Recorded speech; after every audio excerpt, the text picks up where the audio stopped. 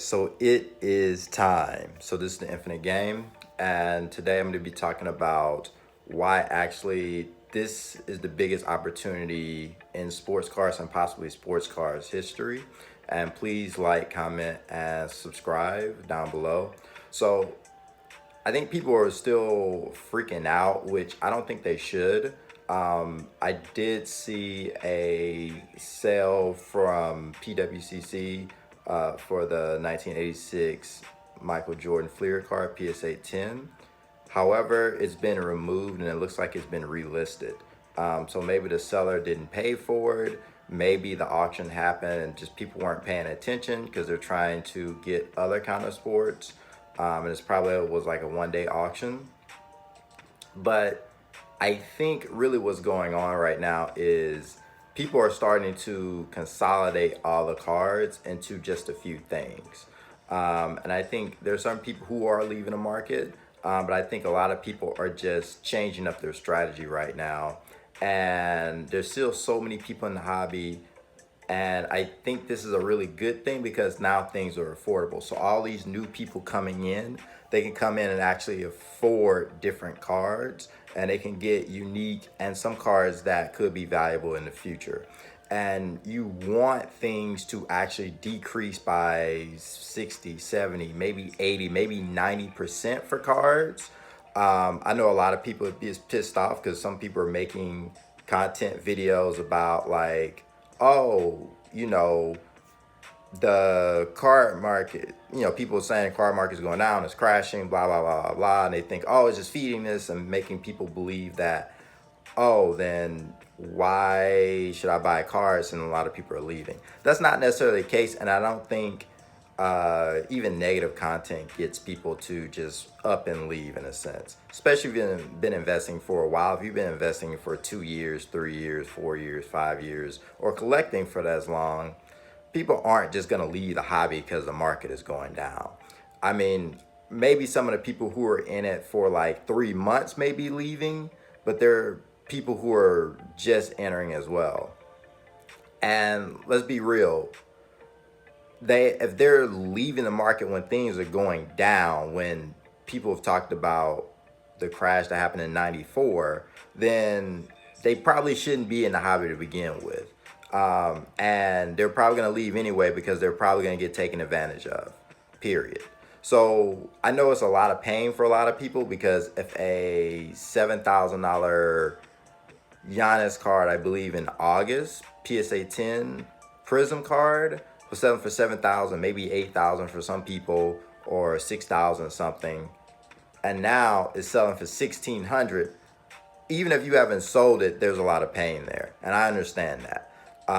It can be very, very frustrating, but this is also a learning experience and understanding like how markets work. I think this is going to help people when it comes to investments in crypto, but everything's going down. Stock market is going down, crypto is going down, and that stuff is going to rebound. It always rebounds. It doesn't matter if it goes down 99.9%.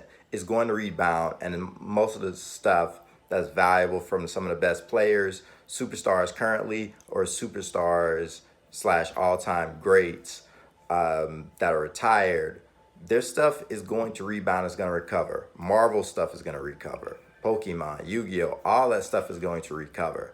So the only issue is things just got too hot. When things get too hot and you see 20x, there's certain things 80x, there's certain things that are 100x in price. If something 100x in price, like, and then it decreases by 90%, it's still going to be up so many multiples. And let's be real here. Like, I see, stuff about some of the best cars outperforming the stock market. Listen, if this was guaranteed money, why invest in stocks, real estate, bonds, gold, and silver? Why? Why just take all the money you have and just throw it into the best cards and just sit on them? And every year they're just going to increase. Like, why put your money in anything else if that was the case? And I think also there are cars that are correcting, but I think just people are getting smart and people are learning the market. And yeah, it can be frustrating for that as well. Like, if, for example, I think a lot of people are figuring out, oh, Christian Pulisic isn't going to be a top 5 player in soccer. He's not going to be top 10. He's probably not going to be top 20. He may not even be top 50 in the world. Maybe crashes top 50, but he is something I would kind of consider Christian Pulisic as maybe like a Julius Randle. Really good, maybe comes into a star. Um, well, when it comes to some of that's even a stretch. He's going to definitely be an American star. Um, but it's kind of like, oh, Julius Randle, he's so good because he's the best New York Knicks player, but he's not on Giannis level. He's not on LeBron, Kawhi. He could get there, but I doubt it, right? Like Kawhi, Kevin Durant, Steph Curry, Damian Lillard, Luka, he's nowhere near on their level. So that's something that people really need to look at, like when they're buying stuff, because there's certain guys that's going to be hyped. Like Christian Pulisic, 2022 World Cup, 2026 World Cup, he's going to be leader for those.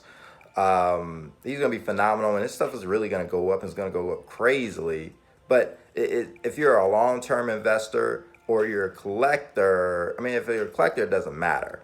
But if you're a long-term investor, it'd be hard just because you may buy it at the wrong time and it may not be worth as much 10, 20 years down the line, because there are going to be other American stars that are going to be better. And he's not like the first American star either. So that's just the thing that people just need to be cognizant of. And there are a lot of great players that are coming up. But people are learning the market. A lot of people don't want to buy base because it's so much, and they understand pop reports now. So parallels are going to be the thing. And they may overproduce parallels. I made a video basically about, I told you the sports market is tanking or whatever. That's like really the issue was talking about the junk slab era, which we're in.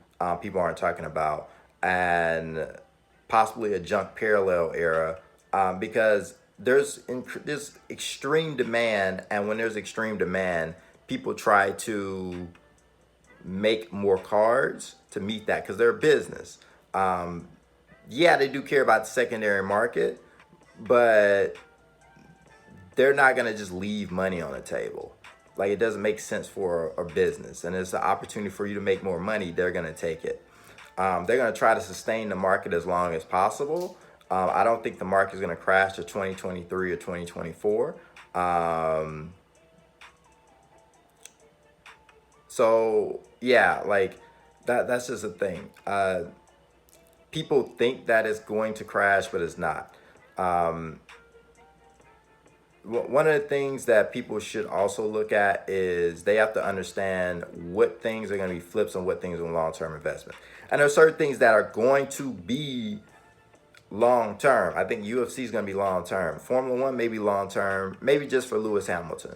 But I mean, there are a lot of people who are going to get into certain cars and certain sports, and it's just low pop, and it's just a hot thing because it's going up in price. You have to really understand why things are going up, and really understand narratives. If you understand the narrative, you understand how the market works and how you can benefit of it, like as a collector, as an investor, as a flipper, because a lot of the markets right now, and a reason for this correction is because flippers are running the market and they're running the narrative.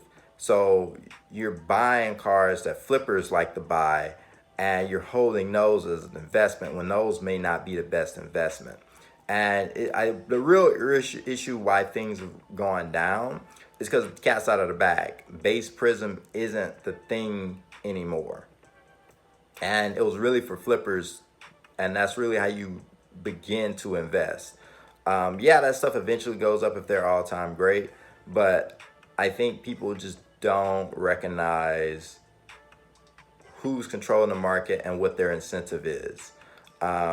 But yeah, I think overall, this decrease in the market is very, very positive, and it allows people to get back in.